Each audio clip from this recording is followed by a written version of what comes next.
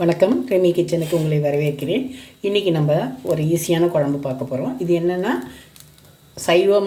சைவ காயிலேயே அசைவத்தில் குழம்பு எப்படி வைப்போமோ அந்த மாதிரி வைக்க போகிறோம். சைவம் சாப்பிட்றவங்களுக்கும் அசைவம் மாதிரி ஒரு டேஸ்டியான குழம்பு சாப்பிடணும் ஆசை இருக்கும் இல்லையா? அதுக்காக தான் ஈஸியான குழம்பு இது. இதுக்கு முதல்ல கடாயை சூடு பண்ணிக்கணும். சைவ மீன் குழம்புன்னு வச்சுக்கலாம் இதனுடைய பேர். எண்ணெய் ஊற்றிக்கணும். எண்ணெய் சூடாகட்டும். ரொம்ப ஈஸியானது, எல்லாருமே ட்ரை பண்ணலாம். ஈஸியாக பண்ணிடலாம். ஒரு சட்டுன்னு ஒரு 5 நிமிஷம் 10 நிமிஷத்துலேயே பண்ணிடலாம். எண்ணெய் சூடாகட்டும். எண்ணெய் சூடாகும்போது கடுகு போட்டுப்போம். நம்ம முக்கால்வாசி காரக்குழம்பு, மீன் குழம்பு இதெல்லாம் வைக்கும்போது எல்லாமே கடுகு போடும்போது வெந்தயமும் போட்டுப்போம். அந்த மாதிரி கொஞ்சம் வெந்தயமும் போட்டுப்போம். வெந்தயம் போட்டு ரெண்டும் பொரியட்டும். அதுக்குள்ளே ஒரு அரை வெங்காயத்தை கட் பண்ணி வச்சுருக்கேன். கொஞ்சம் கருவேப்பிலை, பச்சை மிளகாவெல்லாம் இந்த மாதிரி நீல வாக்கில் நடுவில் கீறி வச்சுருக்கேன். இது கொஞ்சம் காரமாக இருக்கணும் இல்லையா குழம்பு, அதுக்காக. மீன் குழம்புக்கெலாம் காரக்குழம்புக்கு அப்படி போடுவோம் இல்லையா, அந்த மாதிரி. இது ரொம்ப ஈஸியான குழம்பு தான், எல்லாேருக்கும் பிடிக்கும்னு நினைக்கிறேன். எல்லோரும் ட்ரை பண்ணி பார்க்கலாம், ஈஸியாக வரும் இது. இது கடுகு வெடிக்கட்டும். கடுகு வெடிச்சிருச்சு. இந்த அரை வெங்காயத்தை போட்டுப்போம். சரியாக கட் பண்ணி வச்சுட்டோம், அதை போட்டுப்போம். அது கூடயே இந்த பச்சை மிளகாவையும் போட்டுப்போம், கருவேப்பிலையும் போட்டுப்போம். எல்லாம் நல்லா வதக்கிடுவோம். நல்லா செவக்க வதங்கணும். நல்லா வதங்கட்டும். அதுக்கு நம்ம ஒரு 2 தக்காளியை இந்த மாதிரி 2 தக்காளியை கட் பண்ணி அரைச்சி வச்சுப்போம். அது வதங்கட்டும். அதுக்குள்ளே அரைச்சிடுவோம்.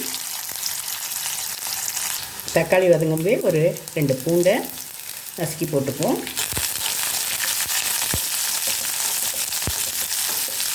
கூடவே கொஞ்சம் உப்பு போட்டுப்போம். வெங்காயம் சீக்கிரமாக வதங்கும், அதுக்காக கொஞ்சம் உப்பு போட்டுப்போம். குழம்புக்கு அப்புறமா பார்த்து போட்டுக்கலாம்.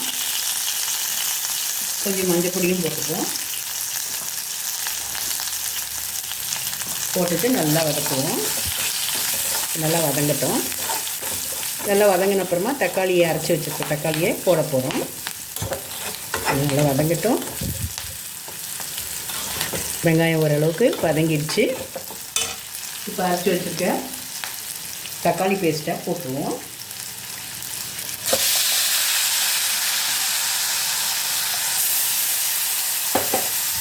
தக்காளி பேஸ்ட்டை கொஞ்சம் வதக்குவோம்.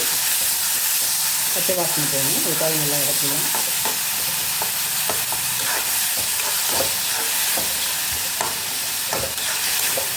கொஞ்சம் வதங்கின அப்புறமா தான் காய் போடணும். என்ன காய் போடுறேன்றதை நான் உங்களுக்கு காமிக்கிறேன். கொஞ்சம் வதங்கட்டும். தக்காளி வதங்கிச்சு. இப்போது ப்ளெயின் சில்லி பவுடர் கொஞ்சம் போட்டுக்கிறேன். காரத்துக்கு காரம் கொஞ்சம் தூக்கலாக இருக்கணும் இல்லையா? போட்டுட்டு இந்த வாழைக்காவை இந்த மாதிரி கட் பண்ணி வச்சுக்கணும். இந்த மாதிரி பீஸாக நடுவில் வேணா கூட ஒரு ஓட்டை போட்டு வச்சுக்கலாம். நான் ஓட்டை போடலை. இதையும் கொஞ்சம் அந்த வாழைக்காய் இந்த மசாலாவில் வதங்கணும். எல்லாம் சமையல் வித்தியாசமாக நம்ம பண்ணி கொடுத்தோன்னா சைவம் கூட அசைவம் மாதிரி நல்லா டேஸ்ட்டாக சாப்பிட்லாம். சைவம் சாப்பிட்றவங்களுக்கும் அசைவம் மாதிரி டேஸ்ட்டான சமையலை நம்ம க்ரியேட் பண்ண முடியும். சில பேருக்கு அசைவமே தான் பிடிக்கும், சைவம் பிடிக்காது. வெஜிடேரியன்னாலே ஓடுவாங்க. நான் வெஜிடேரியன்னா தான் நல்லா சாப்பிடுவாங்க. அப்படி நிறைய வீட்டில் பசங்க இருக்காங்க. அவங்களுக்கு இப்படிலாம் டிஃப்ரெண்ட்டாக நீங்கள் செய்து கொடுத்தீங்கன்னா அவங்க பரவாயில்ல, வெஜ்ஜில் கூட நான்வெஜ் மாதிரியே இருக்க டேஸ்ட்டுன்னு சாப்பிடுவாங்க. மிளகாப்பொடி ஒரு சின்ன ஸ்பூனில் 2 ஸ்பூன் போட்டுக்கிறேன். இதையும் கொஞ்சம் பச்சை வாசனை போகணும், அதனால் வதக்கிக்கலாம். இந்த வாழைக்காய் வேகணும், அதுக்கு நம்ம தண்ணி ஊற்றி வேக வைக்கணும். இப்போ இது கொஞ்சம் வதங்கிடுச்சு. இப்போ நம்ம தண்ணி ஊற்றி வேக வைக்கணும். இந்த காய் நல்லா வேகணும். இந்த காய் வந்து அந்த மசாலாவோடு சேரணும். அதுக்கு நல்லா வேகட்டும். அப்புறமா உப்பு பார்த்துக்கலாம். இப்போ இது வேகணும். வேகிறதுக்காக நம்ம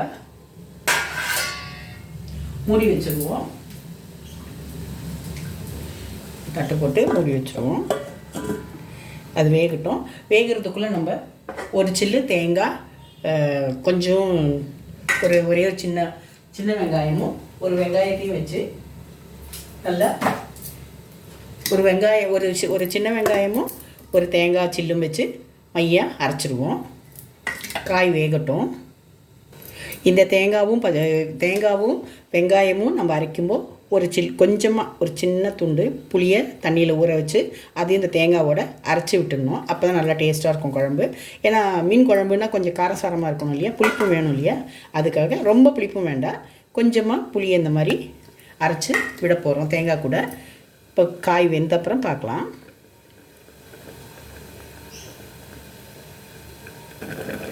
இப்போது தேங்காவும் ஒரு வெங்காயமும் கொஞ்சம் புளியும் போட்டு நல்லா மழை அரைச்சிப்போம். காய் வெந்தப்புறமா இதை அரைச்சி விட்டுடலாம். இப்போ காய் நமக்கு வெந்துடுச்சு. காய் வெந்து நல்லா அந்த மசாலாவோடு சேர்ந்துடுச்சு. இப்போ நம்ம அரைச்சி விட்ட தேங்காய் வெங்காயம் அதை நல்லா போட்டுருவோம். அதில் போட்டுட்டு மிக்ஸி கழுவின தண்ணி கொஞ்சம் விட்டுருவோம். இப்போ இதில் கொஞ்சம் கொதிக்கணும். இல்லைன்னா பச்சை வாசனை இருக்கும் இல்லையா, தேங்காய்லாம் அப்படி எதுனா போட்டுருக்கோம். கொஞ்சமாக கொதிக்கட்டும். இந்த குழம்பு ரொம்ப ஈஸியாக செய்யலாம். இருக்கிற ஒரே ஒரு வாழைக்காய் இருந்தால் போதும். கருணக்கிழங்குல கூட செய்யலாம். ஆனால் வாழைக்காய் கொஞ்சம் சீக்கிரமாக வெந்துடும், கருணக்கிழங்கு கொஞ்சம் லேட் ஆகும். இது இப்போ நீங்கள் இப்படி எடுத்து பார்த்தீங்கன்னா மீன் குழம்பு மாதிரி தான் இருக்கும். இதை பார்த்தா யாராவது இல்லை மீன் குழம்பு இல்லைன்னு சொல்லுவாங்களா? ஏதோ ஃபிஷ்ஷில் பண்ண குழம்புன்னு தான் நினைப்பாங்க. அந்த மாதிரி இருக்கும். டேஸ்ட்டும் அந்த மாதிரி தான் இருக்கும். இந்த மாதிரி க்ரியேட்டிவாக பண்ணிங்கன்னா எல்லாருக்குமே பிடிக்கும். வெஜ்ஜும் நல்லா சாப்பிடுவாங்க எல்லோரும். நான்வெஜ் இல்லாமல் வெஜ்ஜிலையும் நல்லா சமைச்சு கொடுக்கலாம், நல்லா சாப்பிட்லாம். இந்த குழம்பு கொஞ்சம் கொதிக்கட்டும். இப்போ நமக்கு உப்பு சரியாக இருக்கான்னு பார்த்துப்போம். கொஞ்சம் கம்மியாக இருக்குது. கொஞ்சம் உப்பு போட்டுக்கிறேன்.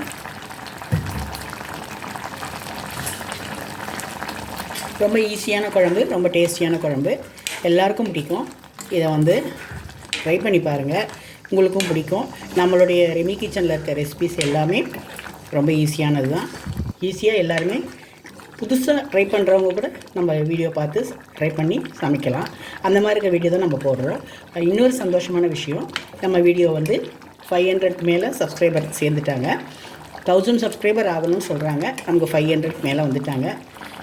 அதுவே ஒரு பெரிய சந்தோஷம்தான்.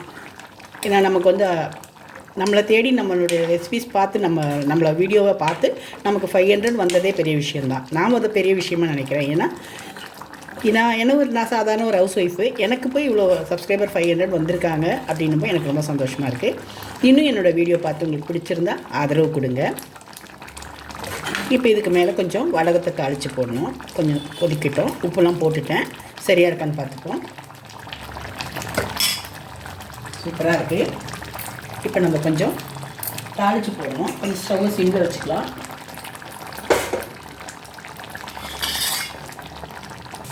இப்போ வடகத்தை பொரிச்சிட்டோம். வடகத்தை இதில் கொட்டிப்போம். ஏன்னா மீன் குழம்புக்கு காரக்குழம்புக்கு நம்ம வடகம் தாளித்து போடுவோம் இல்லையா, அது இன்னும் ஒரு டிஃப்ரெண்ட்டான டேஸ்ட்டை தரும், நமக்கு வாசனையை தரும். அதுக்கு தான் போடுறது. இப்போ இந்த குழம்பை யாராவது நீங்கள் சாதாரண குழம்புன்னு சொன்னால் நம்புவாங்களா? சாப்பிட்டு பார்த்தீங்கன்னா டேஸ்ட் அப்படியே இருக்கும். இதே மாதிரி நீங்கள் ட்ரை பண்ணி பாருங்கள். ட்ரை பண்ணி பார்த்துட்டு எப்படி இருக்குன்னு எனக்கு சொல்லுங்கள். ரெமி கிச்சன் எல்லோரும் சப்ஸ்கிரைப் பண்ணுங்கள், லைக் பண்ணுங்கள், ஷேர் பண்ணுங்கள். இந்த மாதிரி ஈஸியான ரெசிபீஸ்க்கு எங்களை ஃபாலோ பண்ணுங்கள். தேங்க்யூ.